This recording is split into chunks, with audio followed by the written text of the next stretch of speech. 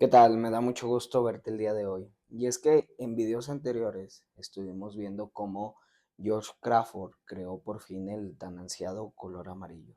Cómo dio ese salto del color rojo al color amarillo, mejorando o añadiendo más fósforo al material con el que había trabajado su mentor, Nick Hologen.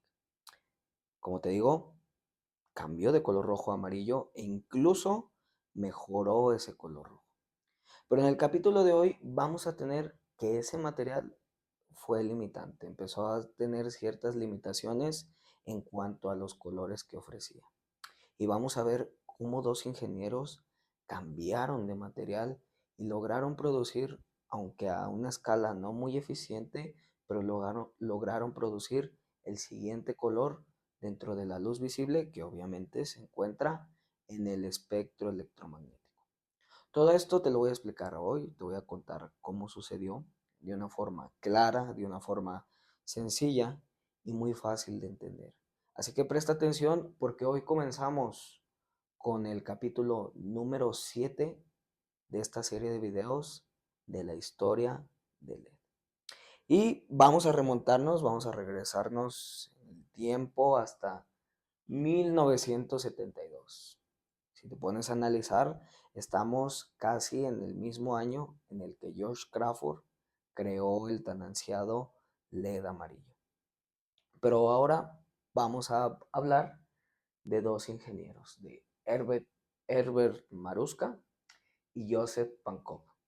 Ellos estaban trabajando en los laboratorios de RCA Laboratories y estaban pues trabajando con LEDs, con materiales semiconductores, en busca de luz más fría. Sí, ya todos habían quedado estupefactos, todos habían quedado impresionados por la luz amarilla que produjo Josh Crawford, por el color rojo intenso que había mejorado de su maestro Nick Holoyan, y pues querían pasar al siguiente nivel, querían crear luces multicolor y obviamente querían acercarse a los colores más fríos. ¿Qué colores? ¿De qué colores te estoy hablando? Del verde y del azul. Entonces, estos dos señores estaban trabajando intensamente para crear el tan ansiado color verde. Tenemos que el amarillo de Crawford se creaba con arseniuro, fósforo de galio.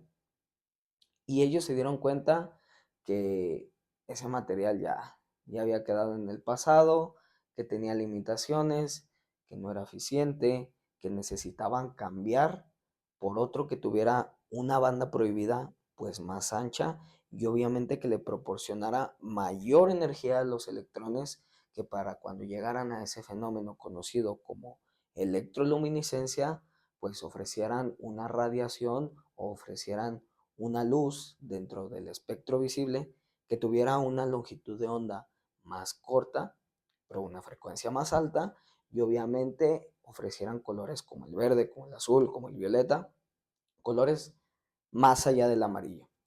Si no sabes qué es la banda prohibida, tengo un video en el que te explico de forma detallada lo que es la banda prohibida, la comparamos con la zona o región de agotamiento, que es la que se produce en una unión tipo PN, en un material semiconductor, que también es un concepto muy importante, así que te recomiendo que le pongas pausa aquí si no has visto y que vayas a ver ese video, porque todo esto te va a quedar mucho más claro.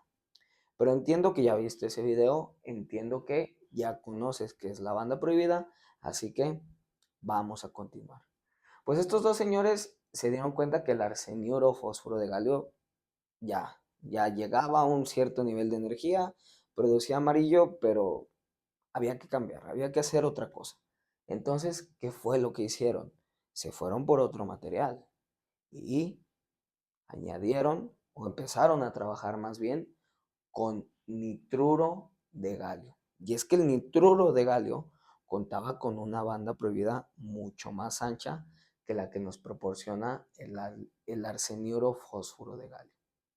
Aquí los electrones se iban a liberar con mayor capacidad energética y obviamente iban a producir luz de color verde o azul o violeta o incluso, sí, incluso ultravioleta. Así de maravilloso era este nuevo material, este nuevo elemento. Pero, pero, lastimosamente y de forma muy triste, para la época, el nitruro de galio tenía ciertas limitaciones. Y es que era muy difícil de crear en el cristal o de crear los cristales de nitruro de galio. Si para poder trabajar con él y poder formar un diodo emisor de luz, poder formar un LED, se necesitaban crear pequeñas placas de cristal de ese material, pequeñas láminas. Entonces no había bases en que hacerlas y estos dos señores lo que utilizaron para trabajar con el nitruro de galio fue zafiro. Pero el zafiro era un material que pues no era compatible al 100% con el nitruro de galio. Entonces, cuando el cristal salía a la luz, pues tenía ciertas fallas en cuanto a su estructura y obviamente iba a reducir la eficiencia del LED.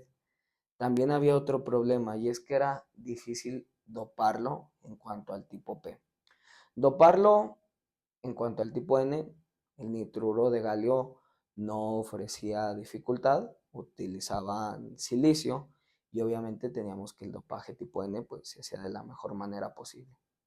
Pero para el tipo P no, utilizaron zinc, utilizaron magnesio, que se habían utilizado anteriormente, y el dopaje tipo P no quedaba, no resultaba eficiente. Entonces, tenemos que si falta algún tipo de dopaje, sea tipo N o tipo P, no podemos hacer esa unión de materiales semiconductores y obviamente pues no se va a poder generar la electroluminiscencia, que es donde la energía y los fotones liberados por los LED salen a la luz.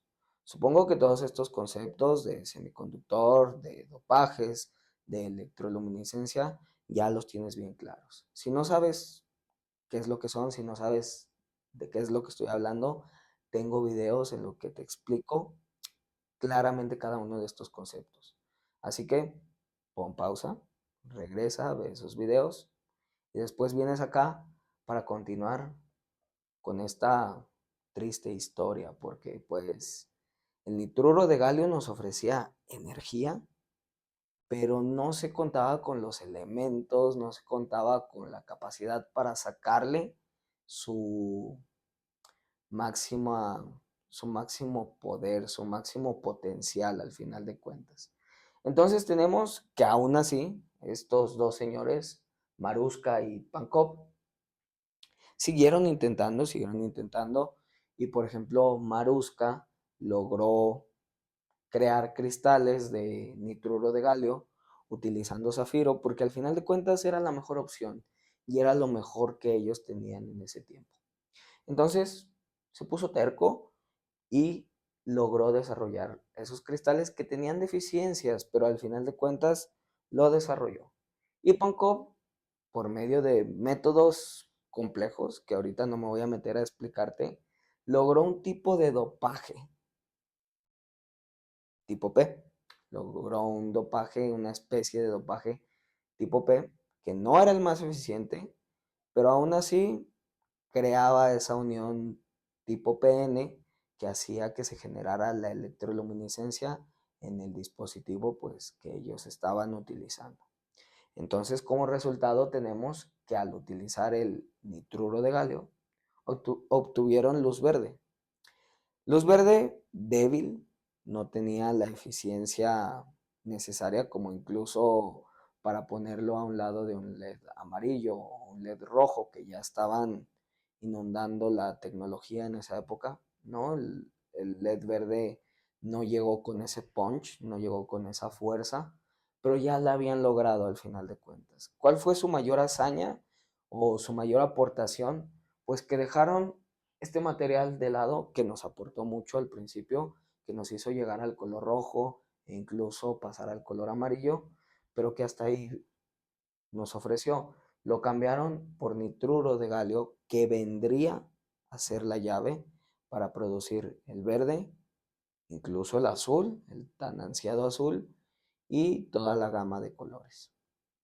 Pero tendría que pasar mucho tiempo, tendrían que pasar muchos años para que llegara otro ingeniero, otro científico y modificara la forma de utilizar este material y por fin perfeccionar la luz verde e incluso crear la luz azul. Pero eso lo vamos a dejar para otro video, ya no te hago más spoilers, ya sabes obviamente de qué va a tratar, qué color es el que va a seguir y ese color va a tener la llave para generar la tan ansiada luz blanca. Pero como te menciono, eso ya va a ser para otro video. Hasta el día de hoy nos vamos a quedar con Maruska y Pankov, que crearon luz verde, débil, poco eficiente, pero al final de cuentas la crearon porque se animaron a cambiar de material. Hasta aquí el video del día de hoy. Muchas gracias por llegar hasta el final. Nos vemos el siguiente episodio en esta serie de videos de la historia de LED. Hasta luego.